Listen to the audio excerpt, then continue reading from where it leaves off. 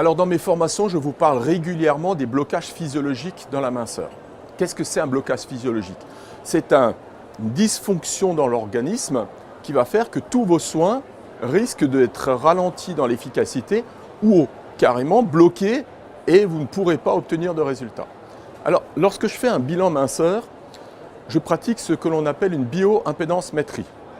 C'est un examen qui va me permettre très rapidement, en quelques secondes, de mesurer la masse grasse, la masse musculaire, la masse hydrique, l'eau intra-extracellulaire et également la masse osseuse.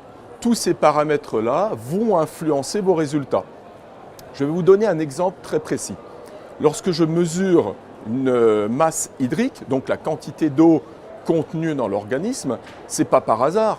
C'est parce que votre système lymphatique, qui va lui être responsable de l'évacuation des acides gras, il a besoin d'eau qui circule à l'intérieur pour faire migrer les acides gras.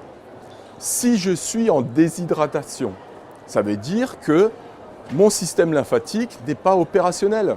Et vous allez faire des travaux de lipolyse, un travail de drainage, mais sur un terrain qui est abîmé, un terrain qui ne fonctionne pas. Il est extrêmement important de prioriser alors dans ces cas-là la correction du niveau d'eau plutôt que d'utiliser des technologies plus brutales pour essayer d'obtenir des résultats. Alors ça a une conséquence, le niveau d'eau qui baisse dans l'organisme, ça a une conséquence dans vos résultats, mais ça a une conséquence peut-être visible sur le terrain physiologique de la personne. Imaginez que vous déshydratez par exemple le foie. Si le foie est déshydraté, ça veut dire qu'il fabrique moins de bile. S'il fabrique moins de bile, ça veut dire que la digestion est moins opérationnelle, eh bien on aura des symptômes digestifs qui vont apparaître. C'est un signe qu'il faut relever lors de votre bilan. Je prends un autre exemple, si je déshydrate le côlon, vous allez avoir des troubles digestifs du type constipation. C'est un signe qui doit vous alerter.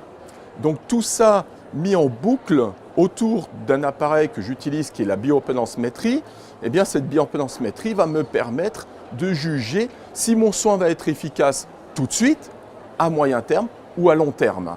Il va falloir que je corrige ces paramètres-là. Un deuxième paramètre très important, c'est la masse musculaire.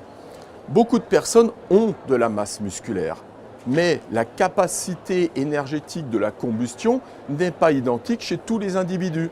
Il va falloir interagir là-dessus, mais si on ne le mesure pas au départ, on ne le sait pas. C'est-à-dire que si je fais de la lipolyse et que j'attends que ma masse musculaire, qui n'est peut-être pas en bon état, fasse le travail de la combustion, eh bien je risque d'attendre très longtemps et il va falloir travailler ce paramètre-là.